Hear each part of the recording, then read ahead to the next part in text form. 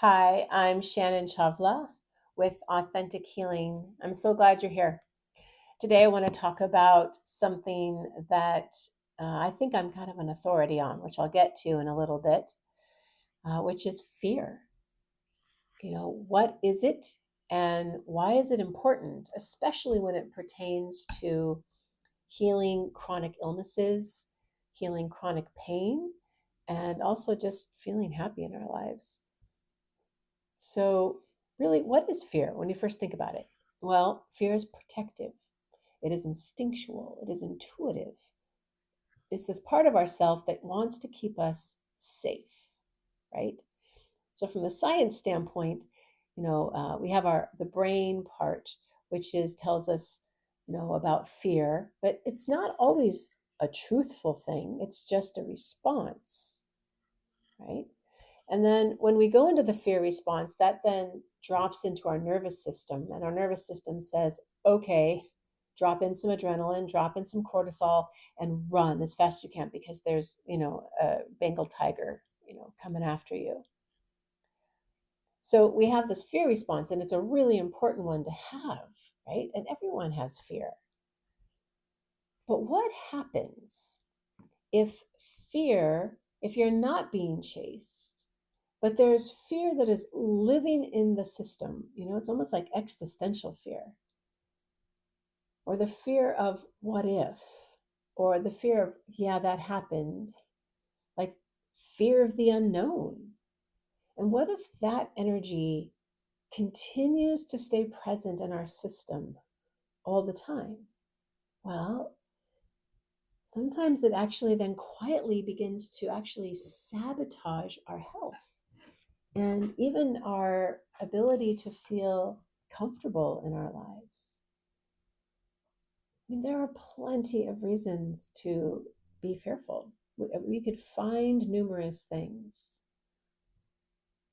And again, it's an important thing to acknowledge. What I'm talking about is the fear response that is going unchecked and unbalanced. So, why am I an authority on this? Well, because I came into this world really, really fearful. Even at a young age, my mom would say, "Why are you so afraid? We're just walking down the street." And I was afraid of everything, just terrified. I used to hide in the back seat when I would hear things. It, it, and it didn't make any sense. But then I finally realized as I got older that I was somewhat of an empath, right? I was feeling everything. I was like this little sponge, and I could feel things, I could see things, and I was just overwhelmed by life, by people, by experiences. And so it took time as I got older to be able to learn how to balance my nervous system and get a little bit stronger. Uh, but it took me a long time. It took me a really long time. I remember when I was in my late 20s, I had the opportunity to go meet my soon to be in laws in New Delhi, India. And I couldn't tell if I was excited or terrified because it seemed like the very same energy. But I did it. And I got on a plane, and it was the longest plane ride I'd ever taken in my entire life. And when we stopped over in Korea, I said, "That's it. I'm going home." He was like, "I'm sorry, what?" I said, "Yeah, I can't do this. I'm so sorry. I can't do this. I'm terrified and exhausted. And I mean, what's it going to be like there? Am I going to be able to manage?" I mean, I was just with just all these overthinking, right? All right, deep breath. Let's get some soup. Let's get back on the plane and let's just take it day by day, step by step. Well, I did it. I got there. And I was really blessed. I had this really beautiful family on the other side that was just excited to meet me and introduce me to their culture. And I had this lovely mother in law who was just kind. And one morning, I had been out, we'd gone up to see the Taj Mahal, and it was a really long journey. It was quite warm. And I saw things I have never seen and had ever seen in my life. And I woke up the next morning and I couldn't speak. I literally had gone into shock. It was like this mirror came up of everything I could ever be afraid of in my whole life. And I was terrified. I didn't know what to do. And so, my mother-in-law and my sister-in-law sat on each side of me as I began to just sob.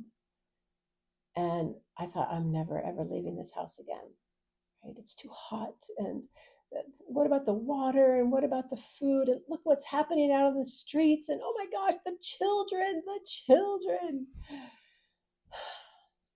I'd say, yeah, it's hard, isn't it? But there's a lot of beauty. And that will come with time. You'll see that in time. And I did. I love India. But it was really hard at first because it really made me look at all of my fears. So that didn't change overnight. It probably took me a good 5 to 7 more years before I realized that fear was making every single decision for me. Every single decision. I just didn't know it. It was built into my life. All the things I was doing to try and keep myself safe. And it became exhausting. So I do remember one day I woke up and I realized I don't want to do this anymore. So I had to figure out how to lean into where the fear was coming from and how to move from it, was how I saw it originally. So I began to meditate, do a lot of yoga, talk to people, do a lot of writing. And slowly, slowly, I began to see that there were different ways that we need to balance the fear response. The first one is awareness. We have to first become aware that fear is running our lives, right? So if you're dealing with chronic pain or a chronic illness, it's that unknown that is the biggest piece. It's the fear of what if? What if I have pain forever and I don't get to live the life I want?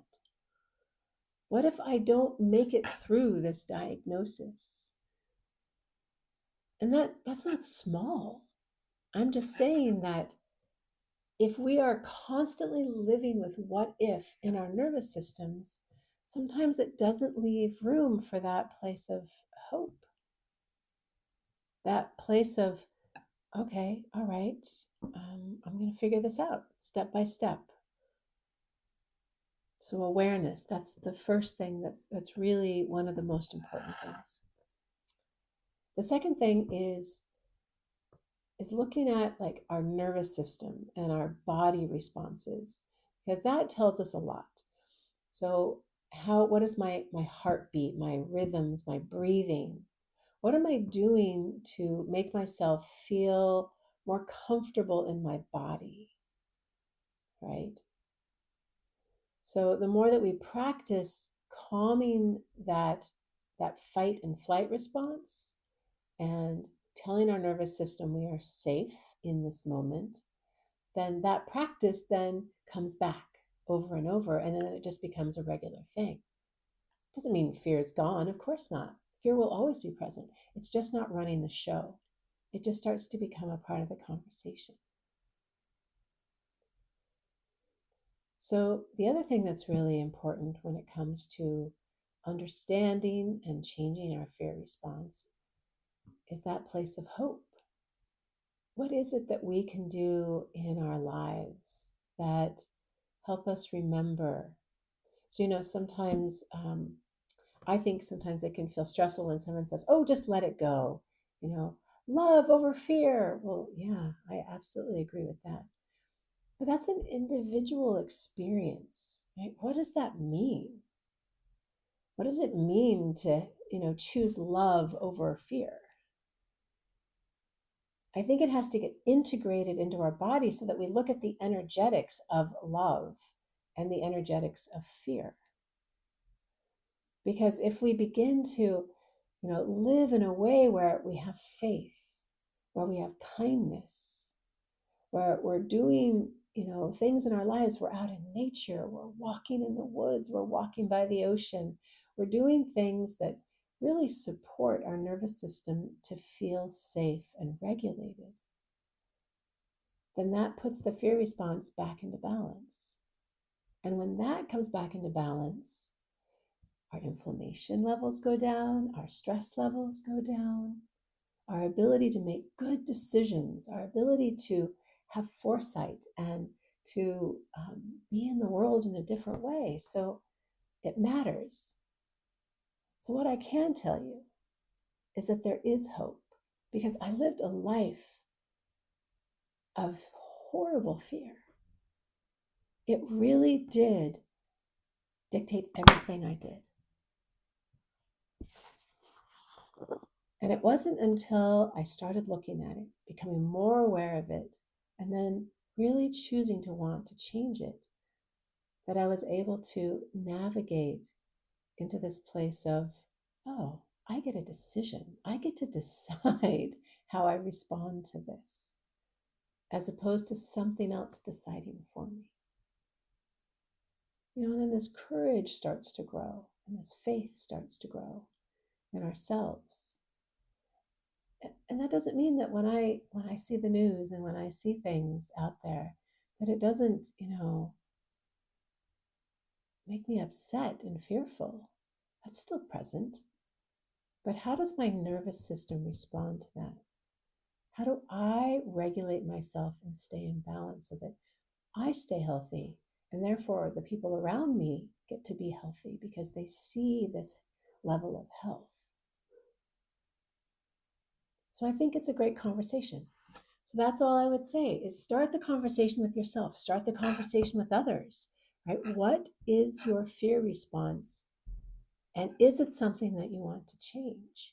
And is it something that affects your health? And if it does, please leave a comment below. Please let me know how this conversation lands for you and what you have to say and any comments you might have. And thank you so much for being here.